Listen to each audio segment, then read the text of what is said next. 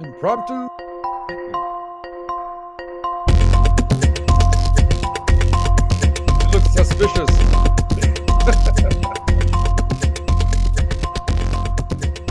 All right. Mhm. In impromptu speaking, what happens is I'm going to give you three topics and you have to choose one of them immediately because you only have 1 minute to prepare, but then you're going to speak on it for 2 minutes. Okay. So you have a choice of three topics. Choose your favorite one.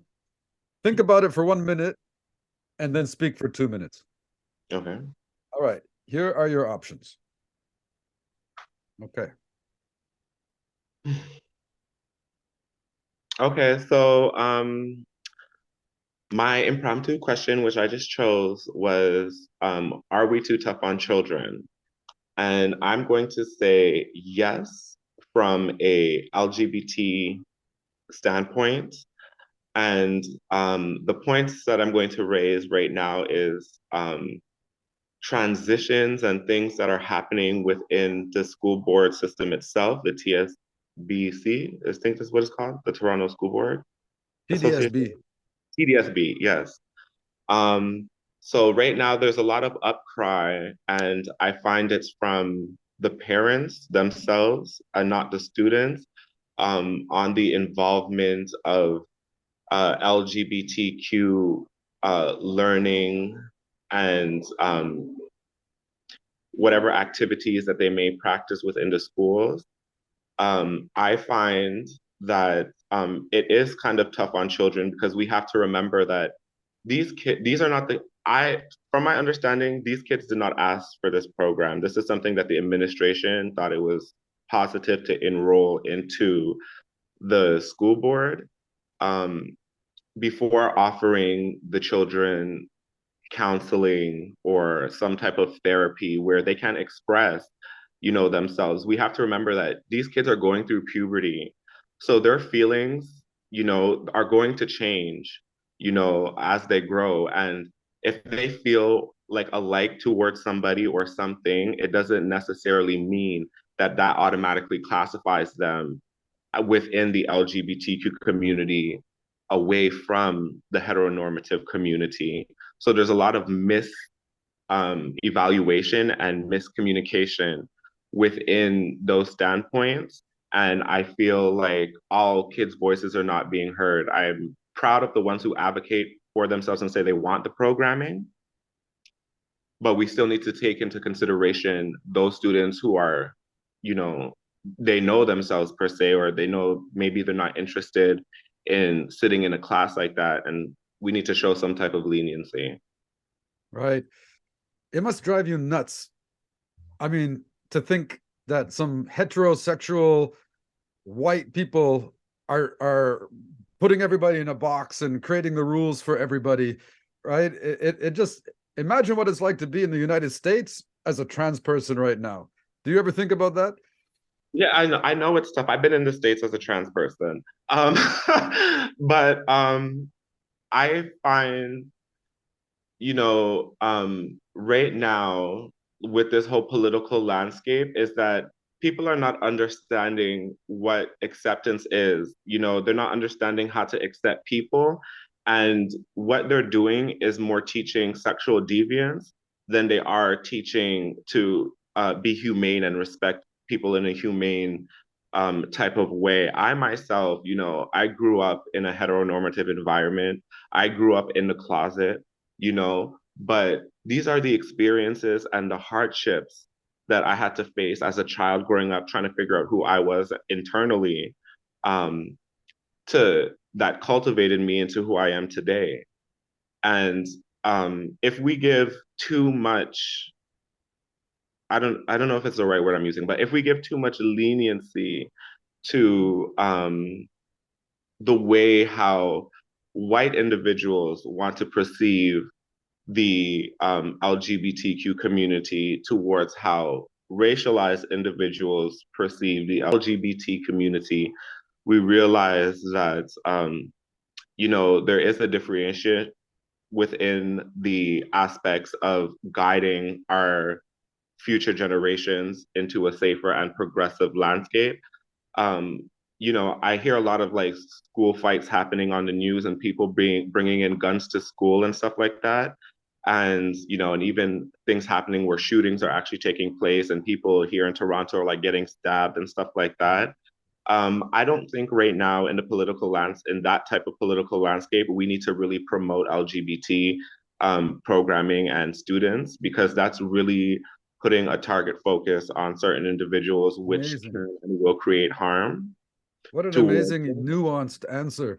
And I want to ask you, was it just society that was hard on you growing up, or were your family, were they also hard on you, or your family, your parents in particular, or were they always supportive of what you were going through?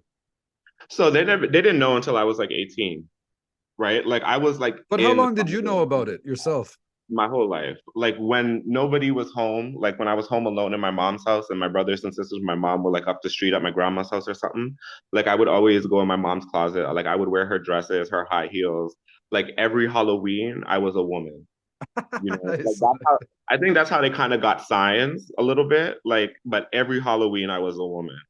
Um, so for me, it was growing up in that type of heteronormative normative lifestyle and really understanding myself through puberty and then in adulthood, in young adulthood, and as I'm progressing in my middle-aged life now, um, it was just understanding. Like I had to learn to accept me. I couldn't have somebody else tell me that they accepted me for me, even though I knew that first off, I had a Jamaican father, and a Nova Scotian mother. My mom is, and she was lenient with me and accepting of me when I first came out, but I knew my dad wasn't, right?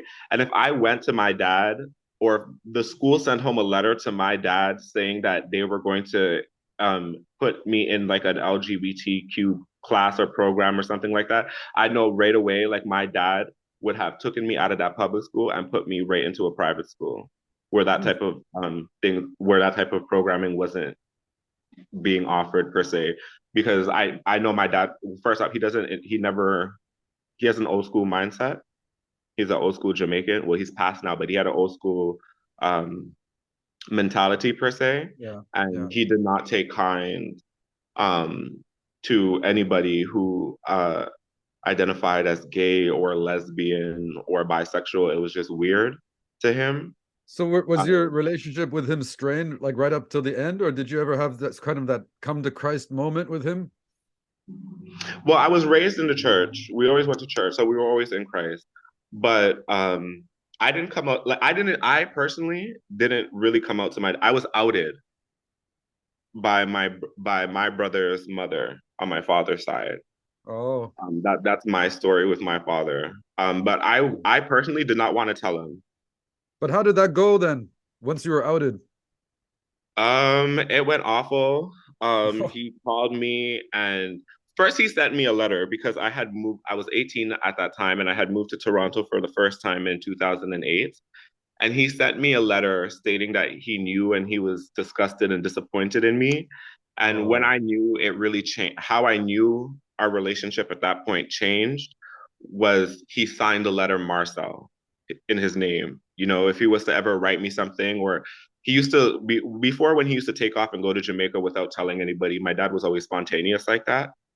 He would leave me and my brother notes in our rooms with a little bit of money aside to say, take care of yourself, make sure you don't burn down the house, whatever, love dad, yeah. but he made it a point to write the letter first and then sign it as Marcel and then called me. And then when he called me, we had like this big blowout. Um, and I reminded him of his past and who the hell he was and things that he did, that defamed the family last name per se, the Dawkins last name and stuff like that. I definitely put him in his place because he was trying to say that I was a disgrace to the Dawkins family name, and I'm that I could put my family in jeopardy because my fam the his it's true in a sense because my family on my father's side, they're globally active. So they have like basketball teams, they're like NBA coaches and um Wow.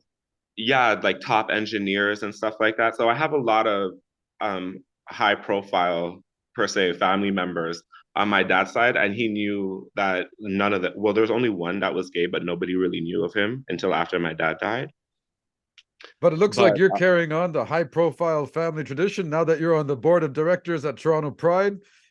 well, thank you. I'm trying. Yeah, I'm trying to make him proud in a sense. I'm celibate as well. Like he never took that into account of my expression, you know. So, Oh, wow. yeah, Now it my was a big students are going glow to up. say, teacher, what's celibate? I don't. Interesting. All right. We need to move on.